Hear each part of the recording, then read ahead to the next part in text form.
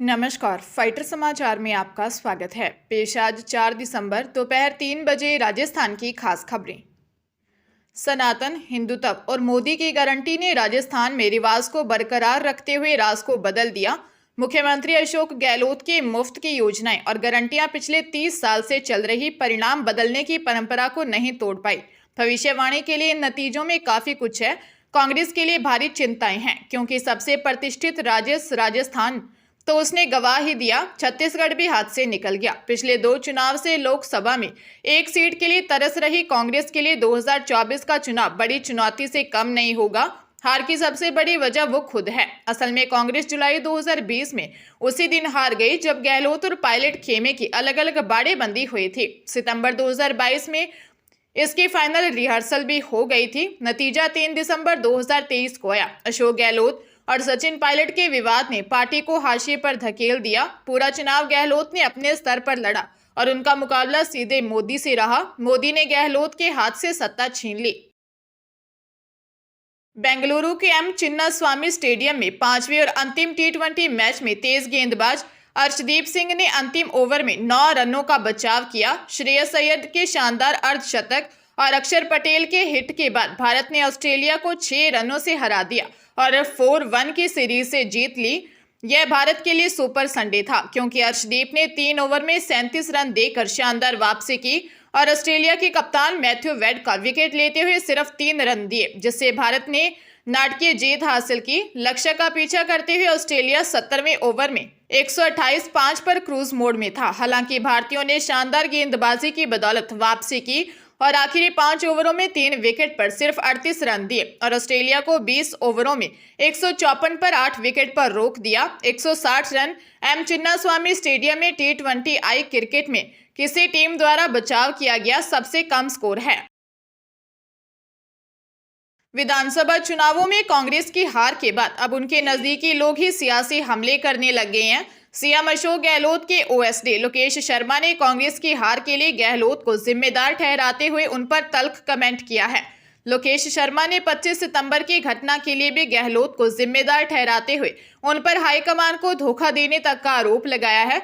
लोकेश शर्मा ने social media post करके गहलोत को निशाने पर लिया है। लोकेश शर्मा ने सोशल मीडिया पर लिखा, मैं नतीजों से आहत जरूर हूं, लेकिन अचंभित नहीं हूं। कांग्रेस पार्टी राजस्थान में निस्संदेह रिवाज बदल सकती थी, लेकिन अशोक गहलोत कभी कोई बदलाव नहीं चाहते थे। यह कांग्रेस ही नहीं बल्कि अशोक गहलोत जी की हार है। तीसरी बार लगातार सीएम रहे गहलोत ने पार्टी को फिर हाशिए पर लाकर खड़ा कर दिया। राजधानी जयपुर में ऊंचे रसूखों का झांसा देकर व्यापारी के साथ करोड़ों की धोखाधड़ी करने वाले 40 यूथ विंग के अध्यक्ष धीरेन्द्र सिंह राघव को जयपुर पुलिस कमिश्नरेट ने गिरफ्तार कर लिया है। श्यामनगर थाना प्रभारी मनीष गुप्ता ने बताया कि धीरेन्द्र सिंह राघव ने 3 अन्य साथियों के साथ मिलकर व्यापारी शैलेंद्र मोदी से 2 करोड़ 60 लाख रुपए की ठगी की है। वही पीड़ित व्यापारी शैलेंद्र मोदी ने साल 2022 में आरोपी के खिलाफ मामला दर्ज करवाया था। रिपोर्ट में धीरेन्द्र सिंह, उसकी पत्नी सोनम कंवर, संजीव कुमार सांगी और अजीव कुमार सांगी पर बड़े राजनेताओं का रसूख दिखाकर धोखाधड़ी का आरोप लगाया था। वहीं इस पूरे मामले की जांच एसीबी मानसरोवर कर रही है। पुलिस धीरेन्द्र राघव से पूछताछ कर रही है, साथ ही अन्य मामलों को दर्ज कर जानकारी जुटा रही है। पंजाब के तरनतारन की स्मार्ट सिटी कॉलोनी में प्रॉपर्टी के विवाद में आरोपी ने घर में घुसकर मौसी की गोलियां मारकर हत्या कर दी। सूचना पर थाना सदर तरनतारन की पुलिस मौके पर पहुंची और शव को कब्जे में लेकर कार्रवाई शुरू की। अर्शदीप कौर निवासी स्मार्ट सिटी कॉलोनी ने बताया कि अपनी बुआ 35 वर्षीय कुलविंदर कौर के साथ रहती थी। हर रोज की तरह पुलिस लाइन ग्राउंड गई हुई थी और घर लौटी तो बुआ का शव रसोई में पड़ा हुआ था। बुआ की गोलियां मारकर हत्या की गई है। अर्शदीप ने बताया कि बुआ कुलविंदर कौर की बहन के पट्टी के रहने के लड़के के साथ प्रॉपर्टी को लेकर विवाद चला आ रहा था। अर्शदीप ने आरोप लगाया कि इसी बात को लेकर आरोपी ने घर आकर कुलविंदर कौर की गोलियां मारकर हत्या कर दी। आरोपी अक्सर उनके घर आता जाता था। वारदात में कितने लोग शामिल हैं, इस बारे में पुलिस जांच कर रही है। राजस्थान में सक्रिय नए पश्चिमी विक्षोभ के असर से कई क्षेत्रों में मौसम बदल गया। उदयपुर, मेवाड़, कोटा, बांसवाड़ा सहित कई क्षेत्रों में बारिश हुई। बरसात मुख्य रूप से अरब सागरीय विक्षोभ के कारण हुई। बंगाल की खाड़ी से लगे दक्षिणी पूर्वी एवं दक्षिण भारत में सक्रिय चक्रवात का आंशिक असर दक्षिणी व पूर्वी राजस्थान पर पड़ेगा। मौसम केंद्र जयपुर के निदेशक राधेश्याम शर्मा ने बताया कि जयपुर, सीकर, चूरू, झुंझुनू, अजमेर, दौसा समेत कई एरिया में कोहरा छाया रहा। माउंट आबू में न्यूनतम तापमान 7 डिग्री दर्ज किया गया। हाड़ौती अंचल के कोटा व बूंदी जिले बारिश से तर हो गए। नए पश्चिमी विक्षोभ के प्रभाव से पूर्वी राजस्थान के कोटा, उदयपुर, अजमेर, जयपुर और भरतपुर संभाग के कुछ भागों में मेघ गर्जन के साथ हल्की से मध्यम बारिश हो सकती है। मौसम विभाग ने भरतपुर, धौलपुर, करौली, सवाईमाधोपुर, बारां, झालावाड़ जिलों में मेघ गर्जन के साथ हल्की से मध्यम वर्षा होने की संभावना जताई है।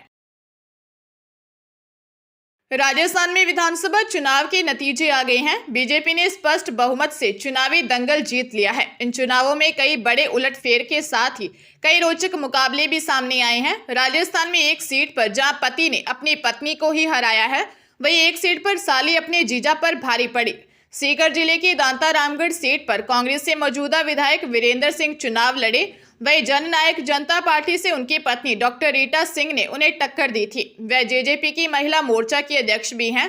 इससे बड़ा अजब मामला धौलपुर में सामने आया है। धौलपुर में कांग्रेस की शोभा रानी कुशवाहा ने चुनावी मैदान में अपने सामने डटे बीजेपी प्रत्याशी जीजा शिवचरण कुशवाहा को हराया है।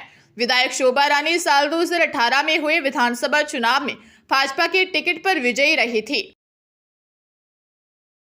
भीलवाड़ा जिले के करेड़ा थाना क्षेत्र के गोरखिया गांव में चोरों ने 5 घरों को निशाना बनाते हुए सोने चांदी के जेवर व नकदी चुरा ली।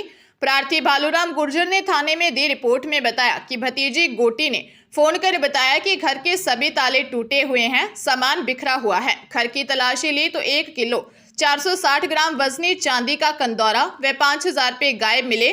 उसी रात लाड़ देवी गर्ग के घर से सोने चांदी के जेवर व 10,000 रुपये नगद, हुक्मा खटीक के यहाँ से आधा तोला सोने की अंगूठी व 25 ग्राम सोने का मादलिया, रामस्वरूप जागेटिया के घर से चांदी के 2 जोड़ी पायजम व 10,000 रुपये रोकड़, रतनलाल बलाई के मकान से आधे किलो चांदी के पायजम व 15,000 रुपये नगद चोरी हो गए। पुलिस ने मामला दर्ज कर जांच शुरू कर दी है। केंद्रीय माध्यमिक शिक्षा बोर्ड यानी सीबीएसई 10वीं व 12वीं के अंकों की गणना व प्रतिशत नहीं निकालता है।